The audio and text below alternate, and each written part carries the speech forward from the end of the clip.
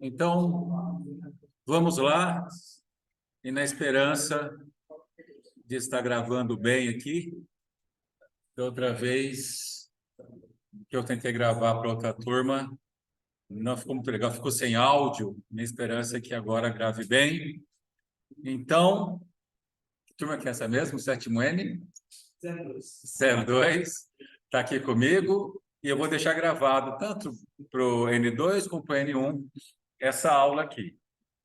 Prezados do N2, eu vou fazer essa parte assim, talvez um pouquinho mais breve, porque eu ainda estou com o Zoom na versão não paga, eles me dão 40 minutos, depois corta, aquela coisa toda. Eu vou ver se eu faço um geralzão agora, que eu aproveito e gravo, e depois eu fico às ordens, tá bom? Para falar com vocês com mais vagar. E pesados do N2, vocês têm lá no Zoom um material gravado onde nós conversamos sobre pesquisa e sobre as peculiaridades da pesquisa em direito, porque o direito, segundo Miguel Reale, é uma ciência constitucional, é uma ciência cultural ética. E sendo uma ciência cultural ética, olha que bonito que está a coisa aqui, ó. Pois é. E sendo uma ciência cultural ética, é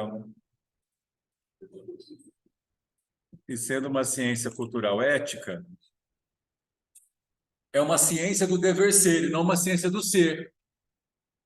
Então, vocês não vão fazer um TCC de ciência do ser, de biologia, de física, de matemática.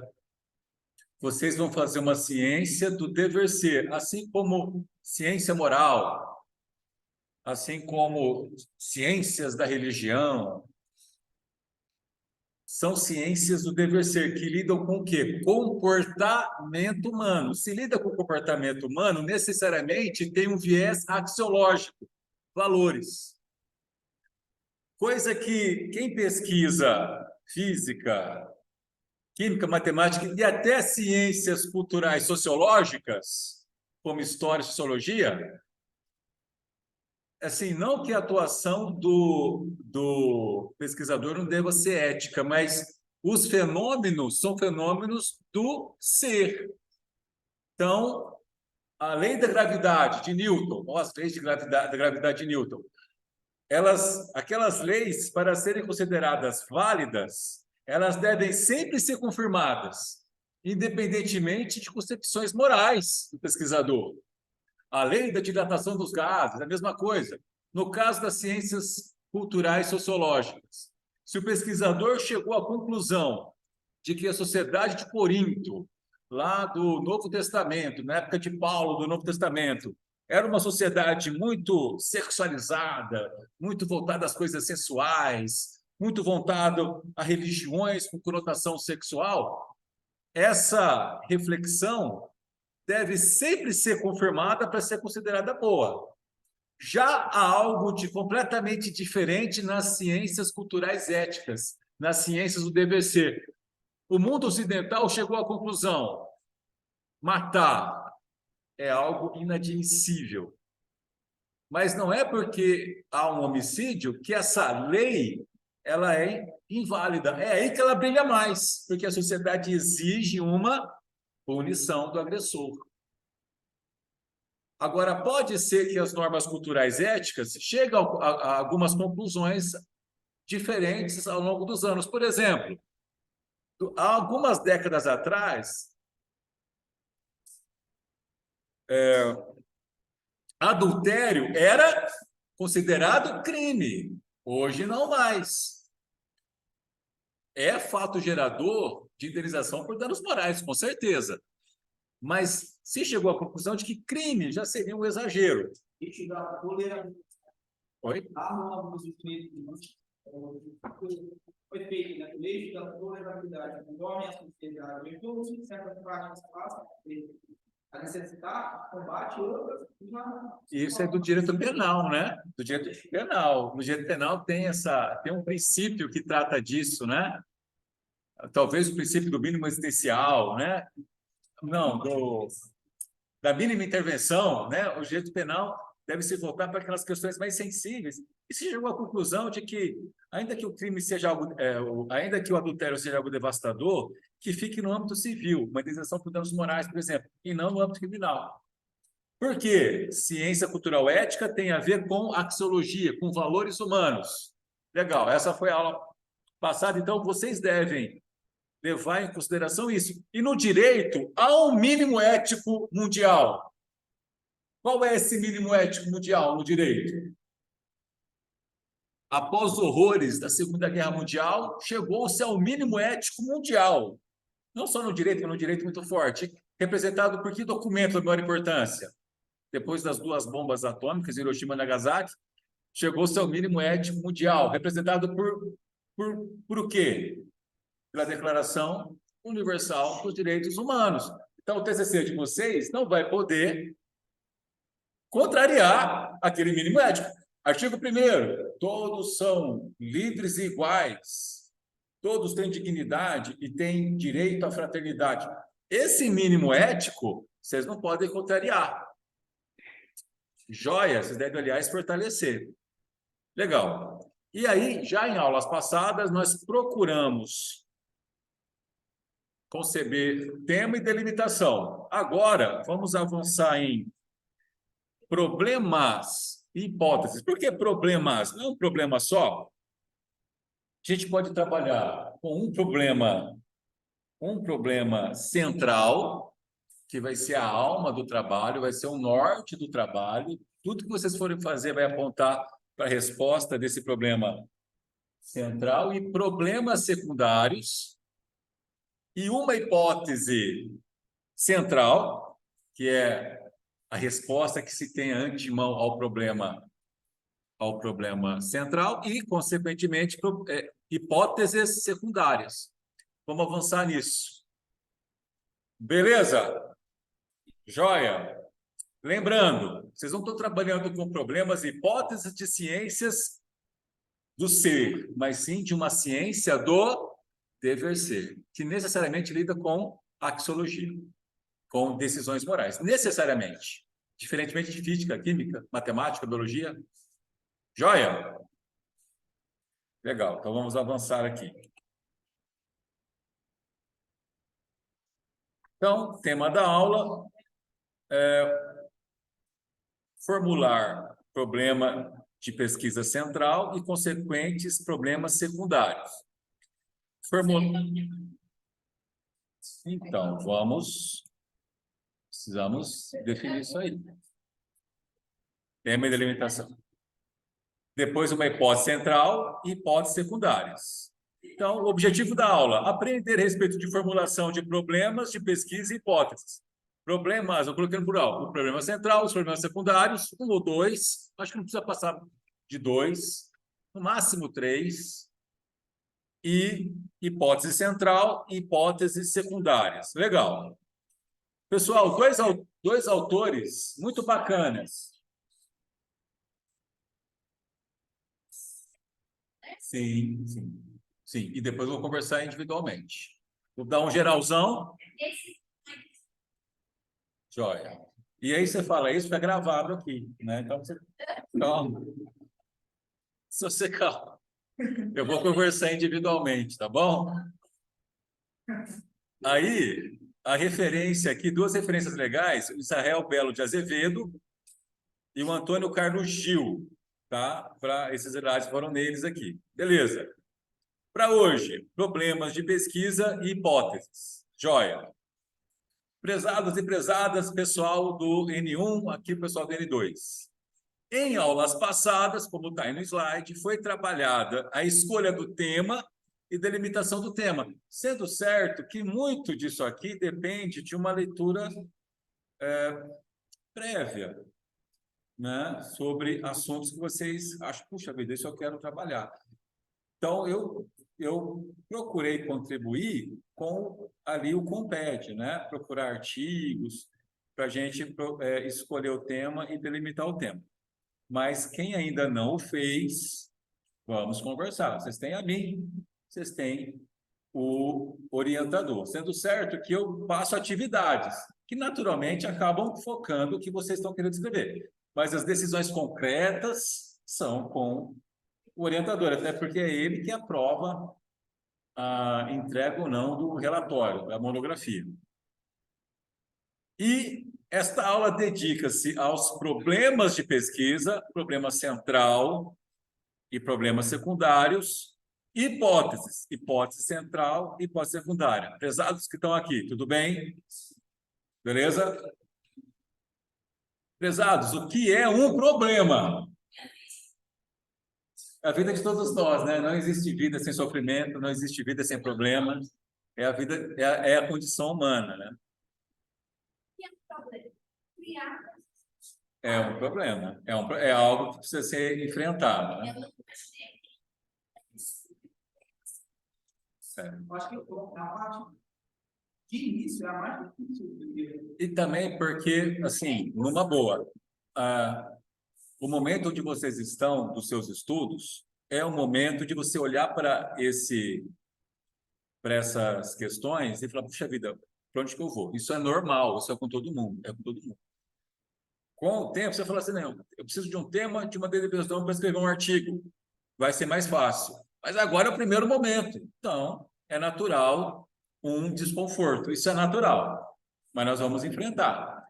Vamos enfrentar sem inventar moda. Sim, estou até deixando claro. Vamos achar tema, delimitação de assuntos que vocês tenham condições de escrever, tenham fontes de pesquisa, para vocês não ficarem loucos. Eu tenho batido nessa tecla. Olha lá, o Antônio Carlos Gil, ele diz o seguinte, há várias concepções do que seja um problema. Ele vai no dicionário Wise. Ele traz as seguintes concepções. A primeira é o seguinte, assunto controverso, ainda não satisfatoriamente respondido em qualquer campo do conhecimento e que pode ser objeto de pesquisas científicas ou discussões acadêmicas. Outra definição de problema. Obstáculo, contratempo, dificuldade que desafia a capacidade de solucionar de alguém. Outra definição de problema. Situação difícil, conflito. Não existe vida humana sem isso aqui. Não existe. Todos nós passamos por isso a vida toda. Quarta definição. Mau funcionamento crônico de alguma coisa que acarreta transtornos, pobreza, miséria, desgraça, etc., e que exige grande esforço e determinação para ser solucionado. Os poderes executivo, legislativo, judiciário, a cidadania, de uma certa forma, tem que procurar lidar com isso aqui, né? O governo federal tem que procurar lidar com problemas dessa ordem. Legal. Distúrbio, disfunção orgânica ou psíquica. Doença, né? É uma forma de problema. Pessoa, coisa ou situação incômoda, fora de controle. Sétima definição. Questão levantada para inquirição, consideração, discussão ou solução. De todas essas definições, aqui nós vamos ficar com a primeira. Assim, para fins de pesquisa científica numa ciência cultural ética, numa ciência do dever ser.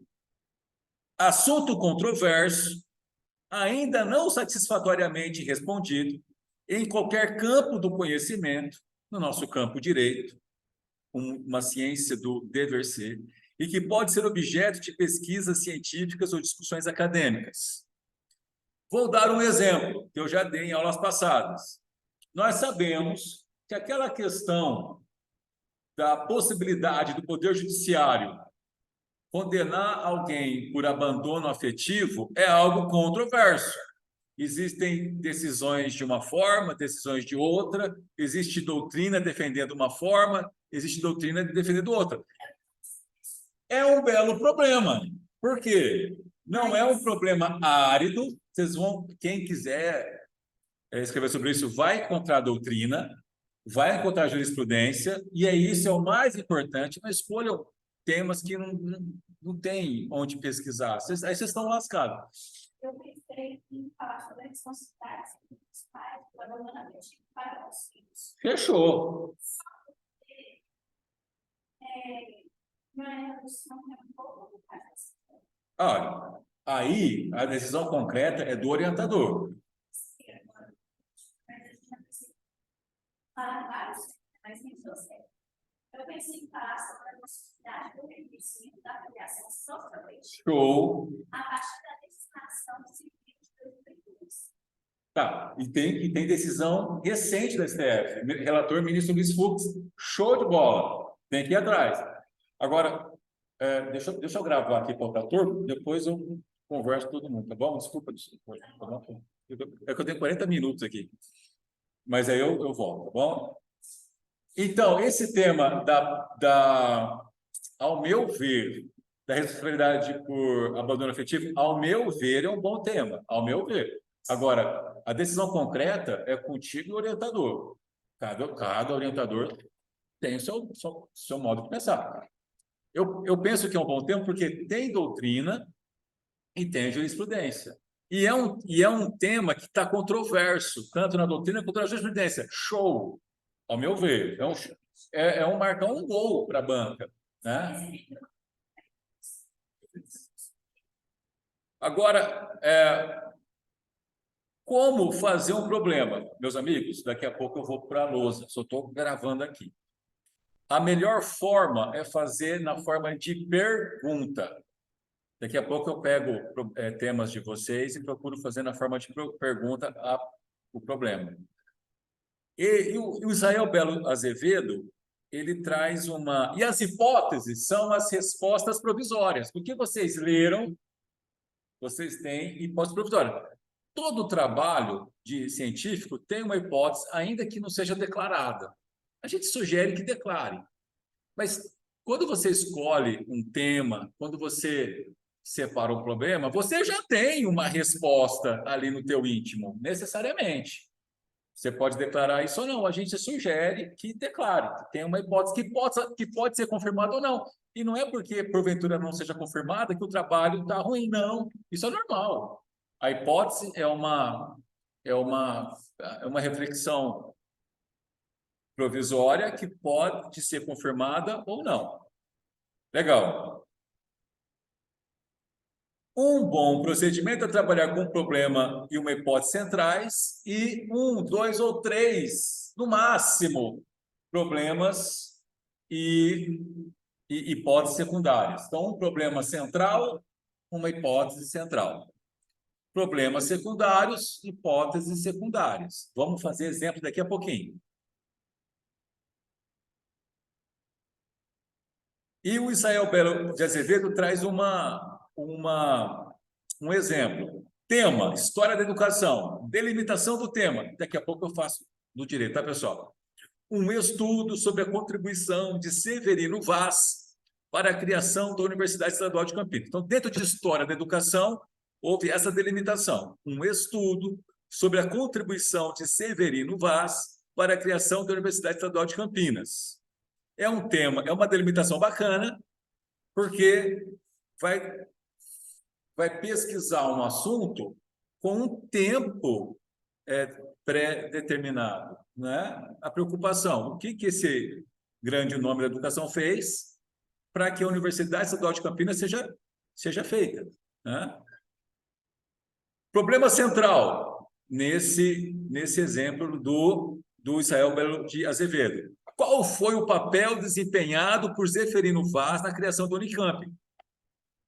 Todos os tópicos do TCC, história da educação, princípios da educação, escolas da educação, vai ser para responder o quê? Esse problema central. E aí você deve conceber 1, 2, no máximo 3 problemas secundários. Aqui no exemplo. Qual a situação do ensino público superior no estado de São Paulo, em geral, e no Sudeste paulista, em particular, nos anos 60? Aí você já vai ter uma hipótese secundária. Que modelos foram seguidos na formulação da proposta da Unicamp? Aí você vai ter a hipótese secundária correspondente. A hipótese central, nesse caso aqui, do pesquisador, seria qual? Que pode ser confirmado ou não. Zeferino Vaz convenceu os dirigentes do Estado acerca da necessidade e viabilidade de uma universidade no Sudoeste paulista. Formulou a sua proposta pedagógica e a dirigiu nos seus primeiros anos. Joia, isso o pesquisador tem pelo que ele já pesquisou. Isso pode ser confirmado ou não. De repente,